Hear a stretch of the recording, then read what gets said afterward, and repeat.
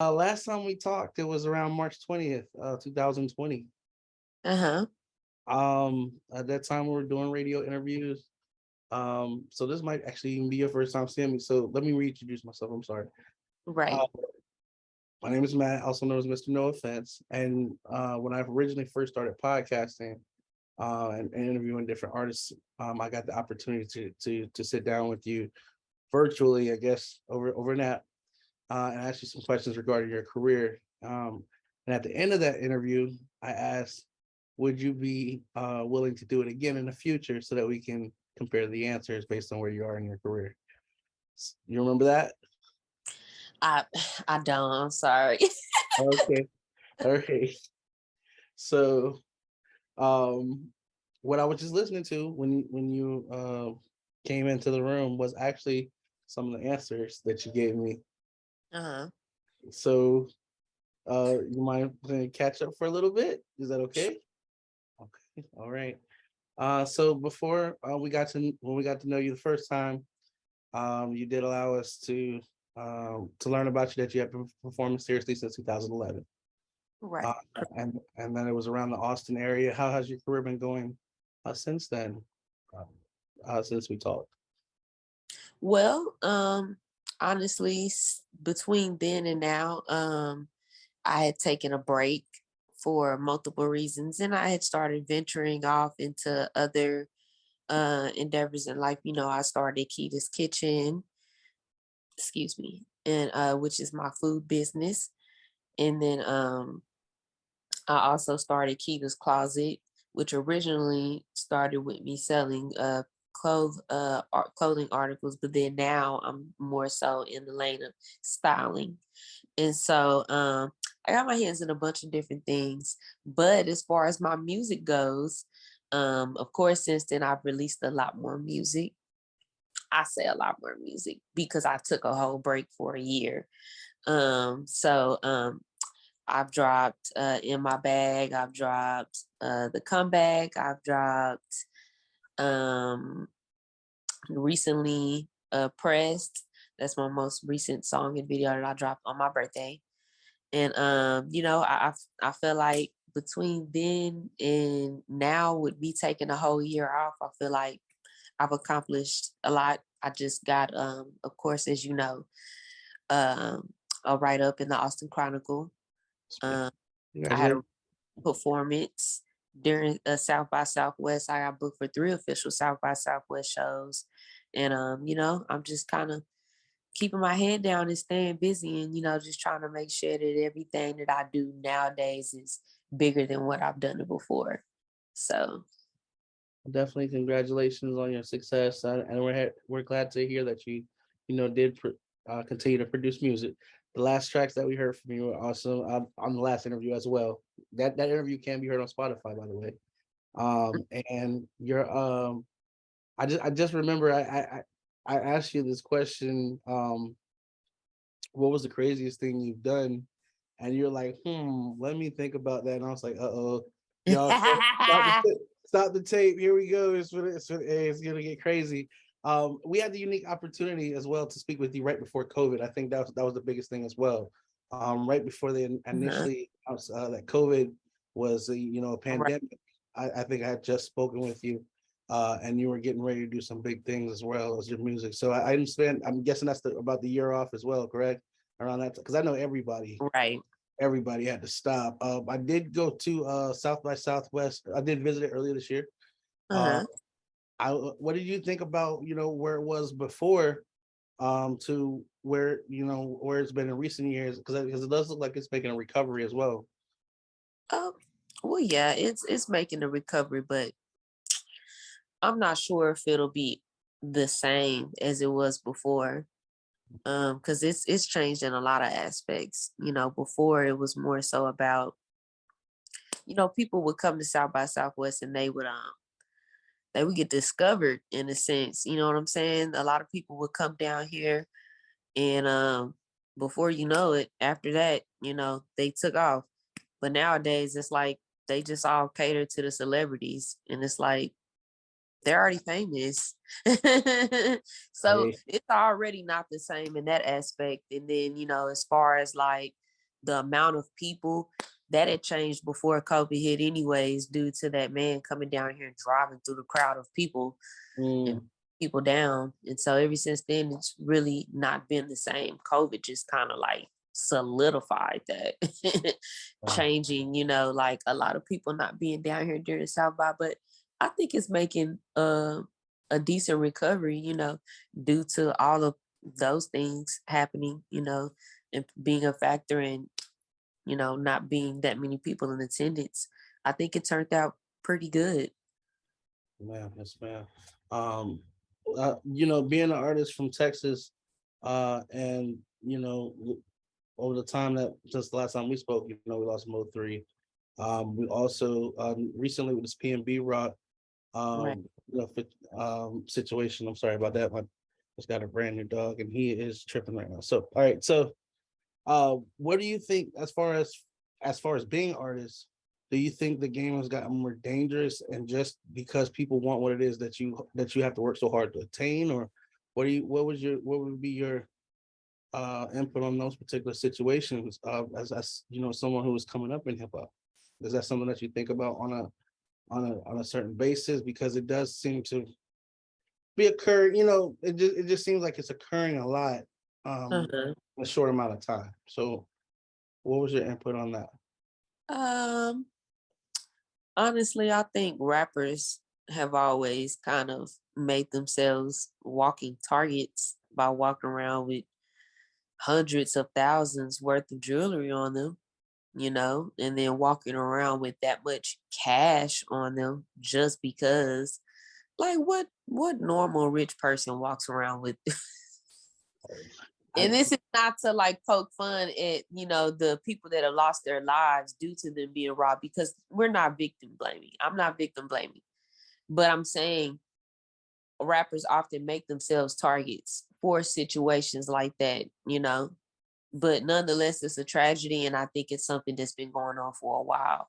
I don't think it just started to happen. I don't think it's gotten any worse than what it's been over time.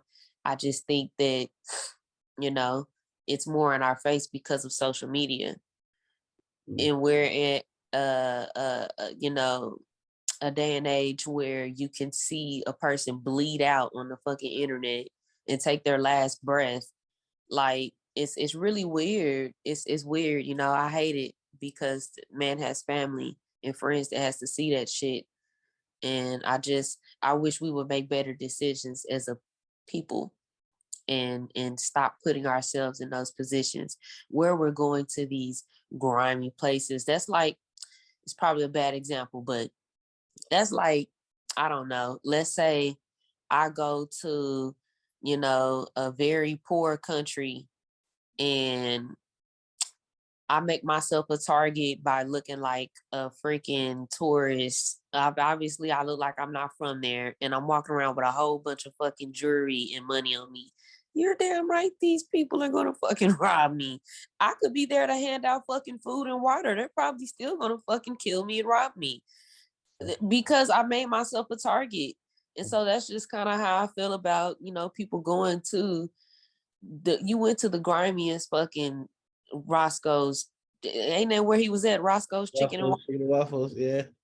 In town. For what? What do you have to prove? You just said somebody was trying to rob you recently and you weren't with security. You're with your family. And then you go to the grimiest fucking Chicken and Waffles with a whole bunch of jewelry on. Yeah. Yeah, I can see what you're saying. Like that's how, like, I'm not saying that you ever ask for something like that, but I can see how you like not being careful that that's not the situation. No, like at that point in your career, you have to have more awareness. You're not a regular person. You know this. Yes, definitely. I mean, with them, with artists having to work hard for, especially if it's real or not. But the fact that they have to work hard to maintain this image, to get this image of this level of stardom, do you think it's just a part of their figure, like of who they are publicly, that they feel like they have to put that persona on, or It's is a it more choice. ego? People clown J. Cole every fucking day. and Kendrick because of what they wear and because they don't look like the average fucking rapper. But the average fucking robber isn't gonna want to fucking go take no goddamn flip-flops or no motherfucking Crocs off of J. Cole. Hell, they gonna have to hold his ass ransom to get something. You feel me? I mean, I'm just saying. I'm not saying you have to put on the whole fucking J. Cole look to but at the end of the day, yes, I do feel like that's a part of it. It's a part of their brand. Yeah, of course. That's the rapper look, just like fucking rock stars have certain looks and et cetera, et cetera. But at the end of the day, we have to be smarter. When you're not a regular person like that and you don't keep security on you, which I'm pretty sure can be pricey as fuck to have somebody with you every goddamn day, everywhere you go. Yeah. It don't cost more than your life. Yeah. You just gotta move different. That's just how I feel about it. Fuck it. Well, I can definitely understand where you're coming from on that. As far as because you are further along your journey from where we were, speaking about last time when I talked to you, you were doing well, yourself then. I believe you had came off certain performances. We discussed your first performance and where you were at a certain level of being an entertainer at that time when the show's on. Because you've gotten more experience and you've done more. Are there any more jewels that you would be willing to pass on to, just other independent artists who are trying to make a lane? Because right now, it seems to be like more of the independent movement is really a big movement right now. If you understand what I'm saying, there's right. A lot of people really feel like now is the time to tap into their musical side. I'm not, because they're talented artists and experienced artists, and you know what I'm saying. And then there are the people who are just like finding themselves and trying to figure out where they are, to be able to take their career somewhere. What is there any knowledge that you might be able to give them now because you are at a different level in your career as well? To be honest with you, me personally, this is just me. I say quality over quantity, because a lot of people just think, just pushing a whole bunch of new stuff all the time is what's going to get them somewhere. And that may work for some people, but I mean, if it's trash, trash. You just got a bunch of trash out. So quality over quantity. And also, don't be scared to shoot your shot when it comes to opportunities.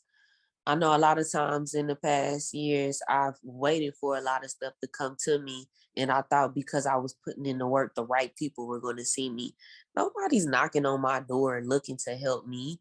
That's just not how shit works. And you're not being realistic when you think like that.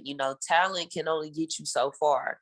But, if you actually put yourself out there and keep putting yourself in people's faces and taking them chances, you just never know how far that shit'll take you. So don't be scared to shoot your shot. Facts.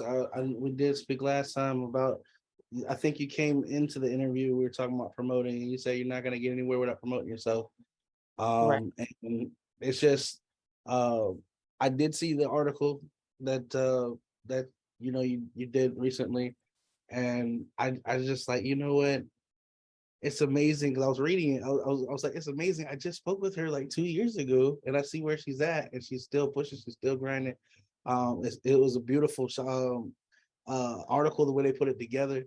And I was just amazed. I was like, it's good to see people still going, especially with the change of the times. You know what I'm saying? Like, Right. when you're independent, you're seeing a lot, you're doing a lot of things, and the direct person who's affected is you. Like, you know what I'm saying? It's not like a label where you've got, okay, we can do it these ways, we can do it this way, we can do it this way. So when you're independent, you're really kind of you're making decisions based on your knowledge, but you're hoping the guy it goes right too, because you're like, damn, I don't have the you know what I'm saying? I don't have the time to backtrack in case this goes wrong, and because you have been able to elevate, were there times that were tougher than most over the last 2 years, or that you really were just find yourself in a situation where you're like, I don't know if this is what I want to do, but you still found a way to push past those feelings and keep going, or has it pretty much been smooth sailing since the last time we spoke? Well, honestly, I can say during the pandemic, the one thing that was a struggle was like the factor of not having live performances. Oh, that shit sucked. You know, when you can't, interact with people and like really get out there and put your feet in the streets, it's kind of hard. And people get so used to regurgitating shit and just fast shit all the time. They're on their phone all goddamn day and they're doing this. And so, it's easy to get caught up in pushing shit that sounds the same or looks the same all the time. And so with not being able to get out into the world and interact with motherfuckers and really know what people want, it was just kind of frustrating. And so me taking that break was much needed. And like I said, it was for more than one reason. And I think me being able to sit back and really just go back to the drawing board really helped me look at shit differently when I did start putting more music out last year and this year. So yeah. Facts. I got a couple more questions, and I appreciate your time as well. I know last time we spoke, we talked about the different passions that you had. One being music, the other one, I believe you said, was cooking. I know you said that you've recently, you opened up. Was it a restaurant, or tell us more about your, establishment as far as that cooking? Because you talked about it so well. I remember I was like, if I get a chance, we're gonna find a way down there. We got to see what this about for real. So, No, actually, I didn't open a restaurant. My business is called Kita's Kitchen, and I basically focus on more desserts and catering nowadays. So for like baby showers, birthday parties, weddings, things of that sort. Excuse me, music events. I know coming up, I just got a big order for 100 mini cakes, and that's my first big order. And I'm like, I'm gonna be stressed out because this is gonna be like a 2-day ordeal. And so, yeah, pretty much basically I came up with the idea because I'm like, I'm always posting my food online and people are always like, let me get a plate, let me get a plate, let me get a plate. And I'm like, people are always following my social media anyways. Let me see if they'll follow me from the music to the food. And I just kind of took it from there with it, and people actually supported it. And I started out selling desserts and stuff, and I started selling plates. And then I just kind of stuck with what was popular and what people liked. And, I've just been going from there with it. And it's just been growing over time. And eventually I do plan on, getting me a food truck. But, I don't want to speak on anything too early right now, prematurely, but we're going to speak it into existence. So there you if you go. do come down here within the next year or so, hopefully you'll be pulling up to Kita's Kitchen. All right, now. Okay, now listen up at me with a good time. Now, I'm a big boy. I love my food now. So, uh, I know that man, like you said, speaking things into existence. We did mention that last time. So I'm glad to see, that has come to fruition with your hard work. Were there when was did things go exactly like you're planning them to go, or how you hoped they would go? When we talk about your resolutions 2 years ago, going into like, hey, I want to be doing this, and are they going according to plan? Are they finding their way on the map, or you I know? don't even know what we discussed at the time, so I'm not even. Well, well, you already got two. You already got two of them. I mean, the big two that we talked about, which is you said you want to continue making music, and that you did want to do something with your food. So Right. let's see if we can go two for two. What you got planned the next couple of years? Well, I know for sure. One of my goals next year, because I know I wanted to this year be on ACL, but it's not the end all be all. I would definitely love to do that. So hopefully when we circle back, I'll be able to say yes. I'm Done it? Okay. And then, also put out my first actual album and not just the EP. So a good solid album, and for it to take me from here to there. Okay. Ele- Well, we will definitely be on the lookout for any new sounds coming from Miss Chiquita Bonita for sure. The last couple of tracks we had that you gave us, I believe there was one where it gave me like a set it off type mood. I was like, okay, so remind me not to piss her off ever. You know what I'm saying? So new music coming out, is it gonna be along those kind of lines, or is it gonna be you have a certain emotion that you're going toward, or you got a story to tell, or we just gotta wait and see? Well, I try not to talk about one specific thing with my music. I try to kind of touch bases on a little bit of everything, but it's just all about what type of mood I'm in at the time. But right now, you're definitely going to get a new sound from me. Okay. That's what I can promise you. Okay. All right. Well, Miss Kina Bonito, if you can, go ahead and give everybody your tags. I'm gonna make sure that they show up at the bottom, and if you allow us to release this video interview, they'll show up at the bottom, so they'll be able to add you if they haven't, and be able to check you out on all platforms. Yep, you can follow me on Twitter and Instagram at Chiquita B. That's ChaKeeTab. And then also on Facebook at Chiquita Bonita. That's ChaKeeta, and then space Bonita Banita. All right. Thank you so much for your time, Miss Bonita. You have a wonderful day. Thank you. You too. Bye bye.